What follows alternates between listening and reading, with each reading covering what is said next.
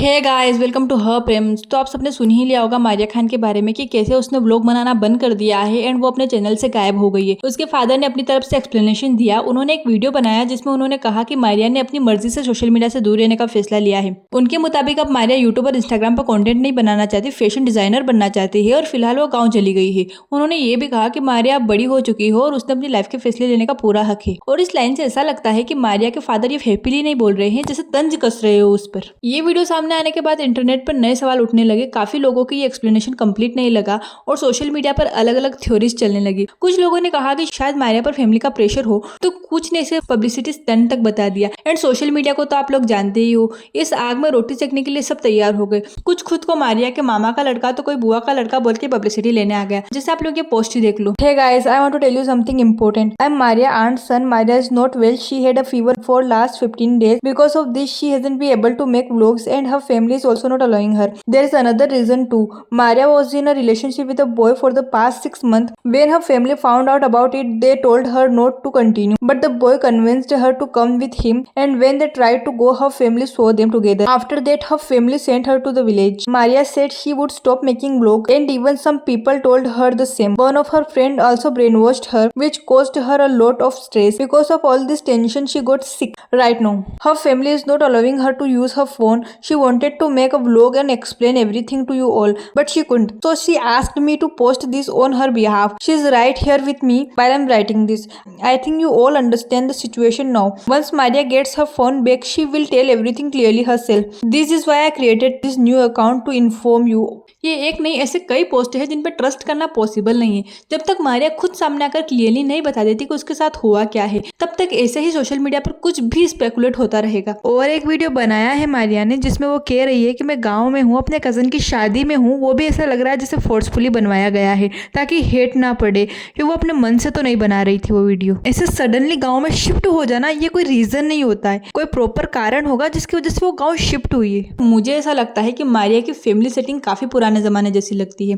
मारिया की मदर उससे बहुत काम करवाती है। ये व्लॉग में भी देखने को मिलता है और लोग कमेंट्स में भी पॉइंट आउट कर रहे हैं। जैसे आप लोग ये कमेंट ही देख लो। I would honestly be more relieved that it's all a publicity stunt than she had been suppressed fact coming true. Also really hate her mom's screeching voice, and that woman really comes off as very the high misogynistic kind. I happened to watch many of Maria's video and didn't understand why Maria was doing all PF most of the housework. Even when she's coming back from college, she's cooking first. I mean, her mom isn't working, so why was most of the household work on Maria? Just hope they don't marry off her and she continue to study and make content that she clearly loved. And their father reads all of comments at this point. I hope the comment section is just hijacked by Bring Back Maria comments so they get really bothered and bring her back to Mumbai from those backward villages. मैं ये नहीं बोल रही कि इसमें मारिया की कोई गलती नहीं है, शायद उसने भी कुछ किया होगा इसलिए मैटर इतना हाइप्ड अप हुआ, पर आप इस फैक्ट को भी इग्नोर नहीं कर सकते कि मारिया की वजह से फैमिली इस लाइफस्टाइल को जी पा रही है। उसी के एफर्ट से ये लोग आज यहाँ तक पहुंचे हैं। और वो जैसे मारिया को ट्रीट करते हैं, ट्रीट मीन्स वैसे नहीं, सिर्फ ये कि वो लोग उसे वैसे रखते हैं जैसे पहले के पेरेंट्स नहीं होते थे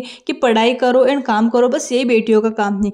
वैसे मेरी ओपिनियन में मारिया खान का सोशल मीडिया से अचानक गायब हो जाना सिर्फ एक क्रिएटर का ब्रेक लेना तो नहीं था, बल्कि इसमें उनकी फैमिली की अप्रोच को लेकर भी काफी डिस्कशन शुरू कर दिया है। जब उसके फादर का वीडियो सामने आया तो मुझे लगा कि उस वीडियो का मकसद ऑडियंस के सवालों का जवाब देना था, लेकिन पर्सनली मेरे और भी क्वेश्चंस खड़े हो गए। मुझे लगा कि मारिया अगर खुद को 2 मिनट कैमरा के सामने आकर सिर्फ इतना कह देती कि मैं अपनी मर्जी से ब्रेक ले रही हूँ, तो शायद इतनी स्पेकुलेशन कभी होती ही नहीं। मेरे हिसाब से जब कोई क्रिएटर सालों तक अपनी ऑडियंस के साथ अपनी लाइफ का हर छोटा बड़ा मोमेंट शेयर करता है तो ऑडियंस भी उससे इमोशनली कनेक्ट हो जाती है। इसलिए जब वो एकदम से गायब हो जाए तो लोग नेचुरली रीजन जानने की कोशिश तो करते हैं। मुझे नहीं लगता कि इसमें ऑडियंस की कोई गलती है। अगर लोग कंसर्न दिखा रहे हैं तो वो उस कनेक्शन की वजह से है जो सालों में बना है। अब बात करते हैं फैमिली की अप्रोच की। मेरे पर्सपेक्टिव से मारिया की फैमिली प्राइवेसी को बहुत इंपॉर्टेंस देती है और ये उनका पूरा हक है, लेकिन मुझे कभी कभी लगता है ये अप्रोच थोड़ा ट्रेडिशनल फील होता है। शायद मेरी ऑब्जर्वेशन गलत भी हो सकती है, लेकिन जितना मैंने उनके पब्लिक वीडियोस और स्टेटमेंट में देखा है उससे मुझे ऐसा ही इंप्रेशन मिला।